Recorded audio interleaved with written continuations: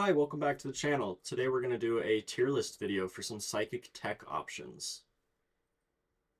If you're new to the channel, make sure to like and subscribe, and you can join the Discord. It's pretty lonely in there, but we'll get some more people eventually.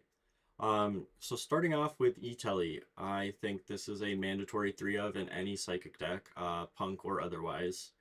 This card is now searchable post-Duelist Advance, and you can play multiple copies of it in a turn.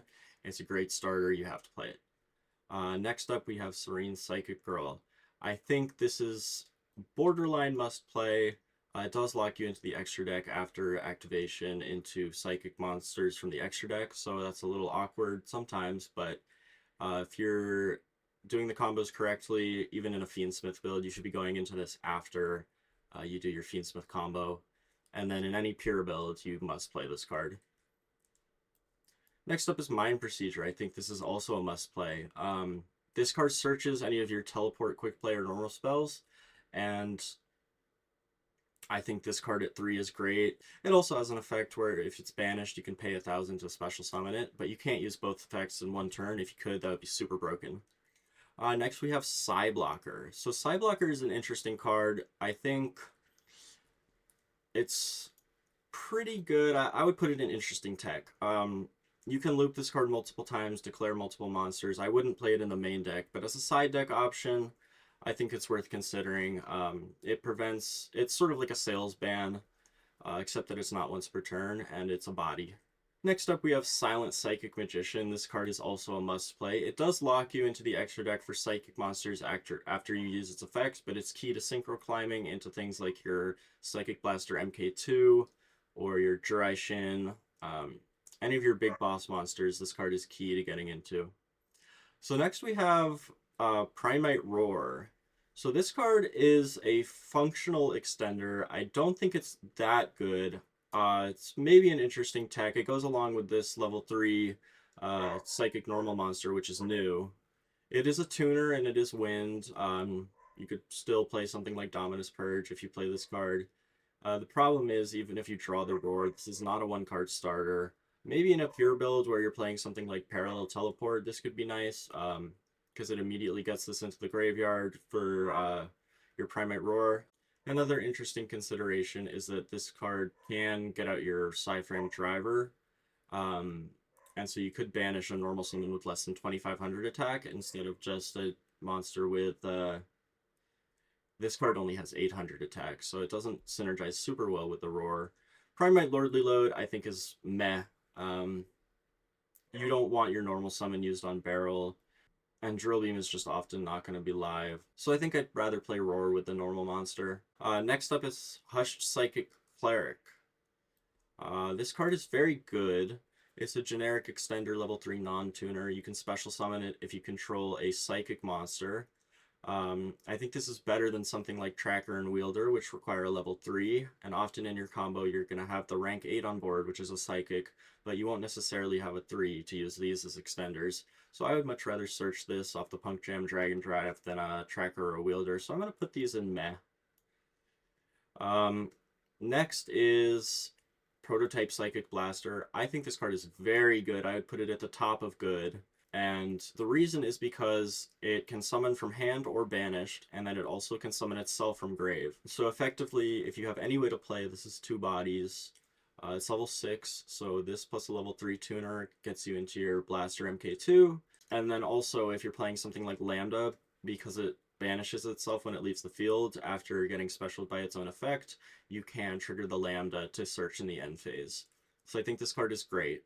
Next we have Solemn Judgment. I think this card is very good, better than the other Solemns in this deck, because paying half your life points is always live, and something like a Strike or a Warning is not necessarily going to always be live, since you're paying a lot of life points to activate your effects through Punk cards and through your Mind Procedure paying 2k.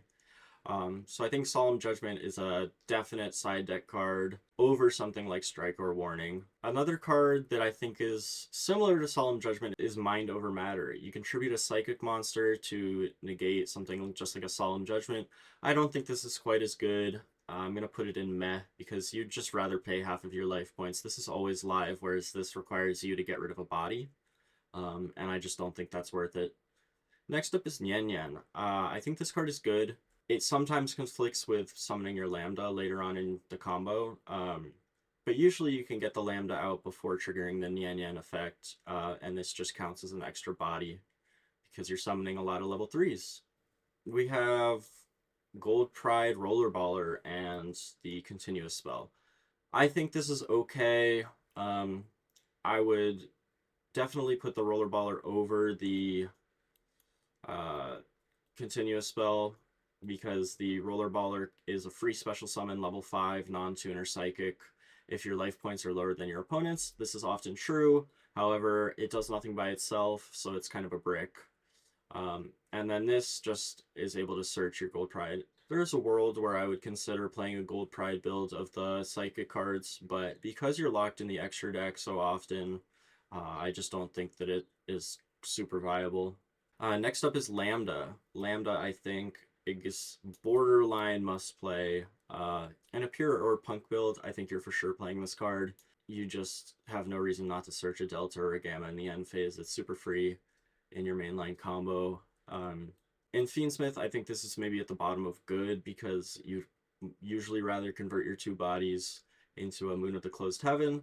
And typically you're not going to be locked through your Serene Psychic Girl or your Silent Psychic Wizard because you're going to do your Fiendsmith stuff before going into these cards anyway. But I'm going to put it at the top of good because typically you are playing this card. Psychic Blaster MK2, I think this card is very good. Slightly better than Lambda because it's a little more generic. You can play it in every build. It's a level 9. It can loop Omega. It summons any monster from banishment, including your opponent's monsters, as a ignition effect. And then it's also a targeting face-up monster banish during your opponent's turn. So it's a nice interruption. It has 3200 attack, a big body, helps you OTK. Thoughtcross Archfiend.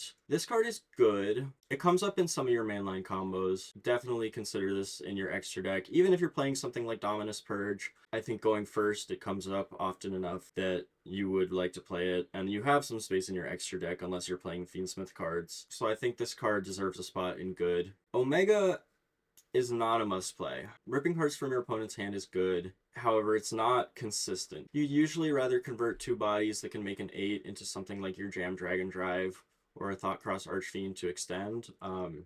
Unless you're specifically going for a hand loop combo. You can play this in your extra deck if you have space, but I don't think you're making this very much. So maybe I'll put it at the top of interesting tech. Absolute Axon Kicker. This card is very strong, but it's a little hard to make, so I'll put this with the Teleport Fusion. Your Teleport Fusion is searchable, however, usually you're wanting to search E-Tele anyway with your Mind Procedure because it's just the most consistent way to extend your combos. There are lines where I search this in the spreadsheet and then I end on something like a Monster Negate, a Ghost Ogre, and a Field Banish with the Axon Kicker. However, I just don't think that that is quite as strong as your full end board. Maybe under something like a Fulos, it could be worth considering, but I think you're still giving your opponent a few draws, so I don't know if this is worth it. So I'll put it at the bottom, or I'll put it in the middle of interesting tech. Going along with this, we have the 2 targets for Axon Kicker during your follow-up turn is Ultimus. I think these both go in meh, and the other Axon Kicker. The reason is your floating effect only works on the follow-up turn, and so having a Monster Negate or a big body to attack is just not as useful. It takes up extra deck space, and there's other cards I think I'd rather play. If you have the space, I'd pick one of these. I wouldn't run both. If you truly think that you're going to need a Monster Negate on the follow-up turn, it's Ultimus. Otherwise, I think the OTK potential with your Axon Kicker is a little higher. Next up, we have Parallel Teleport. This card, I'm going to put at the top of interesting tech. So the reason this card does not go in must play is because it locks you for the whole turn into Psychic monsters, even before you activate this card. So it completely locks you out of things like Punk combos, and because Deer Note is not a Psychic, it locks you out of Fiendsmith, it locks you out of some generic extra deck monsters. It's a very strong card. It's good. It's sort of like Breakout where you can dodge a card. It can summon from extra deck as well. It's a very powerful card, but I think we need more generic Psychic support before this card really takes off. So hopefully we can get that in something like Doom of Dimensions, where this card can really get a lot of value. It is cool. You can go into stuff like Kashtira's with it. but you are losing a lot of life points if you're tributing a level 3. You're paying like 4k to go into a 7. Next up is Psychic Processor. I think this card goes at the top of meh. This card is just not a consistent starter. You have to have an actual starter in your hand in order for this to get value. And at that point, you're just normal summoning your starter anyway. If this gets impermed, it doesn't matter because your starter would have gotten impermed. So it's not getting more value and it's just going to sit there on the field. Overdrive Teleporter, I think, is a cool card, but I don't know that it's super playable. It's can only be normal summoned. You can't special summon this card. And so you can't cheat it out with something like a parallel teleport. If you could, that would be super broken. This can special 2 psychics from deck. So if you can get it out, and you would have to hard open this and a way to play without using your normal summon, which is possible. So maybe this is worth considering as a one of, just on the off chance that you do open it. But I don't think that's happening often enough to justify it over something like more non-engine or just better extenders. Psi Impulse is a really cool card. I'm gonna put this in at the I'm gonna put this in good because this card as a side deck option is great for ripping your opponent's hand, especially if you're doing something like an Omega hand loop. Having this card as well will get your opponent to start on very few cards. And then if you get something like Fulos, right, at the end of your combo, you can activate Psi Impulse, tribute a Psychic, and put them back on 3 cards, which effectively resets the value of the Fulos. So I think this card is definitely worth considering as a side deck option. I might even put it a little higher. Or maybe it just goes at the top of interesting tech. Hush Psychic Cleric, if you're doing the hand loop combo, you sort of have to play this. It's a great card, but it requires pitches from hand, which is not the best thing. If you're drawing cards with your punk combo through the field spell, it sort of compensates for the cost of this card, but this card is very expensive and it is a brick if you draw it, so it probably goes at the top of meh or somewhere in interesting tech. I'm not sure. I might put it right below or right above the teleporter. Shen Shen, I think, is cool. Some decks this is an FTK against. However, usually if you're making a 9, you want to go into your Psychic Blaster MK2 because this card, while it is a strong floodgate against some decks, this card is a more consistent combo piece and interruption, and it's a bigger body. But I definitely think that this card could see some good play. Hyper Psychic Riser. This card, I have used it in some combos. However, if you want to go into a 6, if you're stuck with like 2 tuners and a non-tuner, I think I'd rather go into something like Mind Castlin because this does shut off your negate. Your Punk Jam Fever cannot activate while this card is face up on the field, so that gives your opponent a chance to Nibiru you. Speaking of Punk Jam Fever, this card is must play as well.